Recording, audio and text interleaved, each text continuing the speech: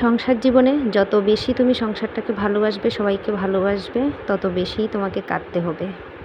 So hello everyone, welcome back to my channel. আমি ভিনা, আমি ত্রিপুরা থেকে বলছি। আমার পেজে তোমাদের সকলকে অনেক অনেক স্বাগত।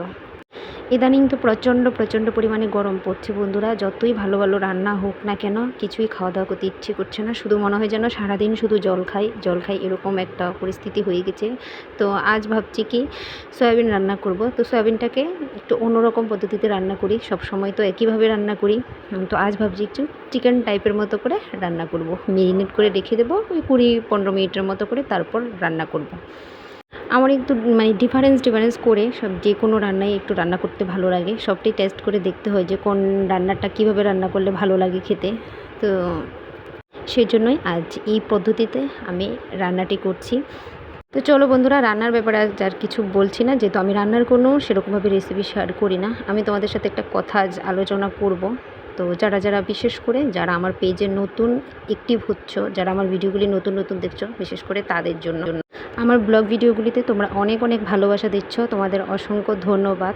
তো যারা আমার পেজে নতুন অ্যাক্টিভ হচ্ছ, তো তোমরা তো অনেক ভালোবাসা দিচ্ছ, অনেক সুন্দর সুন্দর কমেন্ট করছো, খুব ভালো লাগছে কমেন্টগুলি পড়ে আমার। কিন্তু দুঃখের বিষয়টা হচ্ছে তোমরা যারা আমার পেজটিকে ফলো করছো এবং আমাকে বলছো ফলো করার জন্য, তো বন্ধুরা আজকের এই ভিডিওটি যদি তোমরা দেখে থাকো, তোমাদের জন্য ভিডিওটি স্পেশাল করে বানানো। তো আমার একটা দুঃখের বিষয় হচ্ছে আজ 1 বছর ধরে আমি ভালো করে কারো ফ্রেন্ড রিকোয়েস্ট অ্যাকসেপ্ট করতে পারছি না। আমি পাঠাতে পারছি না, অ্যাকসেপ্ট করতে পারছি। জানি না আমার পেজে এই প্রবলেমটা কেন হচ্ছে। তোমাদের কাছে যদি এর কোনো সলিউশন থাকে, বা আজকের এই ভিডিওতে নতুন করে যারাই দেখে থাকো, যদি তোমরা এই সম্বন্ধে কিছু জানো, প্লিজ আমাকে জানিও। তোমাদের যাদের এই সম্বন্ধে ভালো আইডিয়া আছে, তোমরা আমাকে প্লিজ জানিও যে দিদি এইভাবে পেজটাকে ঠিক করো। তাহলে অবশ্যই আমি ঠিক করব। আমি অনেক চেষ্টা করছি বন্ধুরা পেজটাকে ঠিক করার। আমি কারো ফ্রেন্ড রিকোয়েস্টে অ্যাকসেপ্টই করতে পারছি না। অনেক চেষ্টা করছি, যাদের ফ্রেন্ড রিকোয়েস্ট অ্যাকসেপ্ট করছি কোথায় চলে যাচ্ছে সেই নামটাই পরে আর খুঁজে পাচ্ছি না। তো তার জন্য আমি যারা আমার নতুন বন্ধুরা আমার পেজে অ্যাক্টিভ হচ্ছ, তাদের কাছে সত্যি আমি খুব ক্ষমা প্রার্থী। আমি কিভাবে পেজটাকে ঠিক করব সেটাই বুঝতে পারছি না। আবারও বলছি, তোমাদের কোনো আইডিয়া থাকলে, জানা থাকলে আমাকে জানিও, পাশে থেকো বন্ধুরা।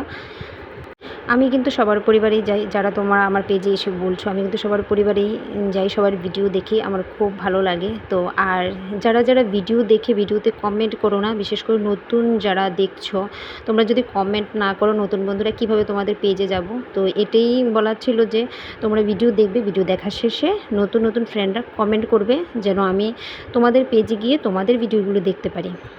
চলো, অনেক কথা বলেছি। সারাদিনে সব কাজকর্ম শেষ করে এখন সন্ধেবেলায় একটু ঠাকুরের বই পাঠ করে নিচ্ছি। এই জন্য আমার পুজো দিতে আসলে বন্ধুরা অনেক দেরি হয়ে যায়, যেহেতু মা সন্ধেবেলায় ঠাকুরকে ভোগ দিতে নেই। তো সন্ধেবেলায় সন্ধে দিয়ে একটু ঠাকুরের বই পড়ে নিই। সকালবেলায় গীতা পাঠ করি, সন্ধেবেলায় ঠাকুরের অন্যান্য বইগুলি পাঠ করি। আমার বাবার বাড়িতে অনেক ঠাকুরের বই আছে, তো সেখান থেকে আমি একটা করে বই নিয়ে এসে নিজে পড়ি। আমার খুব ভালো লাগে ঠাকুর সম্বন্ধে জানতে।